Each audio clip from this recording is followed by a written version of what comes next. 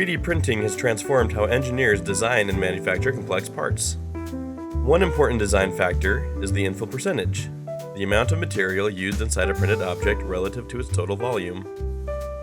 This internal structure plays a key role in determining the part's overall strength and flexibility, as well as cost. This project focuses on how different infill percentages affect a printed object's ability to resist stresses under tensile and bending loads. Understanding these effects can help guide engineers in selecting the most effective infill percentage for different use cases. When designing the tensile test, things went as expected, so alternatives were not needed. With the bending test, however, multiple versions of the specimen were created. The methods of these tests will be explained in greater detail in the following section. When we began, the specimen being used was a simple beam. The original plan was to balance weights on the end of the beam until it broke. When testing this specimen, we found it difficult to break, as well as having issues with the weights staying on top of the beam. To counter these issues, we designed a second beam. This beam was longer and less wide throughout, with hooks at the end to allow for weight to be hung off of the beam. This beam was thinned down, reducing the cross-sectional area that would be handling the bending stress. The length was increased, increasing the bending moment from the fixed point to require less weight to yield. When testing this specimen, it was able to break much easier, but the hooks were not large enough. To fit the bag we were using for weights, we once again redesigned the specimen. We increased the width of the specimen, allowing for the hooks to be wide enough for the bag. We also increased the thickness of the specimen. By increasing the width and thickness of the entire specimen, rather than just the hooks, we could ensure that the hooks wouldn't be the point of failure. On this final beam design, we also decreased the length back down to reduce the amount of filament needed to print, as the extra length would have required much more. It is estimated that for the bending specimens, it would take nearly 30% more filament per beam with that extra length. In the bending tests, we used a strain gauge that was run through an amplifier. This amplifier was originally set to a factor of 550. When testing out our setup, we found that once we hit a certain deflection, the reading would be maxed out and no longer move.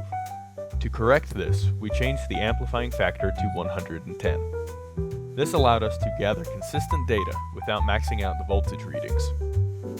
For the tensile tests, we used ultimate strength for comparisons, while for bending tests we used yield strength. These decisions were made due to the consistency of our data, which will be discussed in further detail in the following sections. We tested PLA samples with 10, 30, and 50% infill for both tensile and bending. To reduce precision uncertainty, we used 5 samples per infill level for tensile, but only 3 for bending due to time constraints. Stress and strain were calculated assuming the specimens were solid. Since all samples are made from the same material, this assumption allows us to measure how infill percentage can change the effective material properties. For tensile testing, we used the Tinnis-Olsen machine and standard dog bone-shaped samples. The tester collected stress and strain data based on the initial measured geometry of the specimen. Main sources of error included the resolution of our measurement tools and the resolution of the Tinnis-Olsen sensors, but no major assumptions affected the analysis. For bending, we mounted a strain gauge to a flexible ruler and calibrated it using 3D printed blocks with known curvatures. As the beam was loaded, voltage data was recorded through a NI DAC and converted into strain using the measured radius of curvature.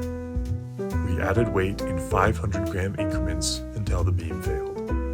Using the mass and the beam dimensions, we calculated the stress and plotted discrete stress-strain points for each test. Key sources of bias error in these tests include geometry measurement resolution and calibration of the ruler.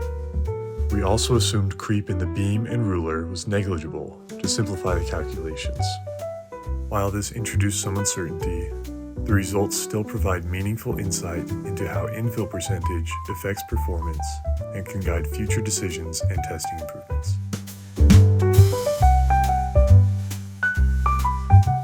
Bias errors were introduced from the radial measurements of our calibrated device and the resolution of the caliper and scale used to measure our sample's geometry and mass. These errors were inputted into the provided uncertainty propagation formulas to find the related uncertainties in our stress and strain calculations. The uncertainties of the calculated stress and strain due to bending are provided in the table below. Precision errors were introduced through the standard deviation of the measurements recorded. Using students' t-distribution for small samples, the standard deviation, students' t-value, and number of samples were used to calculate the precision uncertainties in our stress and strain measurements. The precision uncertainty for stress and strain due to bending are provided in the table below. Combining the bias and precision uncertainties gives a total uncertainty for the stress and strain measurements. The table showed here provides a total uncertainty of stress and strain due to bending. The uncertainty analysis for the tensile test is done much in the same way as was done for the bending test. Bias errors were introduced through the resolution of the tensile tester and calipers used to measure geometry. Precision errors were introduced through the standard deviation of the measurements from the tensile tester. The following table provides the uncertainties from bias error, precision error, and the total error for each infill percentage.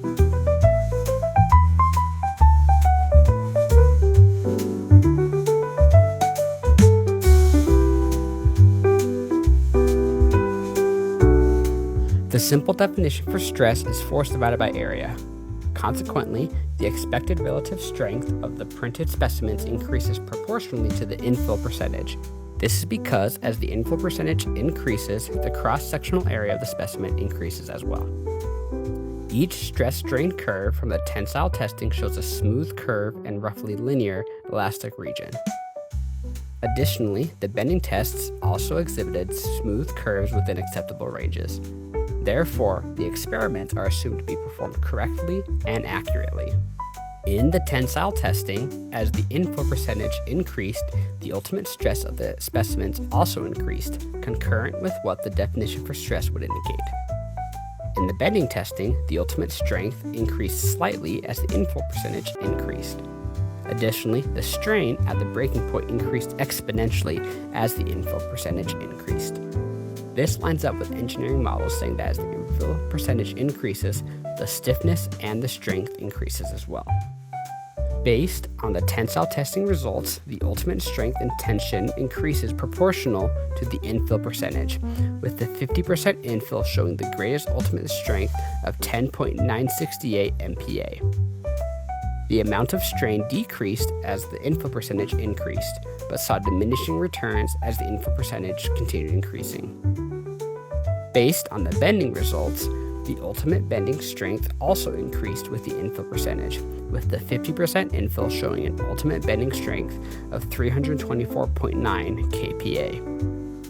The 50% infill also demonstrated a much higher stiffness, as shown by the strain of 0.01 compared to the other infill options. Our study suggests that different 3D print infills can vary the potential applications a build can supply. In tension, a 10% infill has lower strength but higher ductility. A 30% infill has intermediate strength with more rigid properties. A 50% infill has high strength and rigid properties but is more costly. In bending, the separate infills have comparable strengths but become more resistant to strain as the infill increases. It should be noted that for both tests, safety glasses were worn to prevent unlikely but potential injury to the eyes.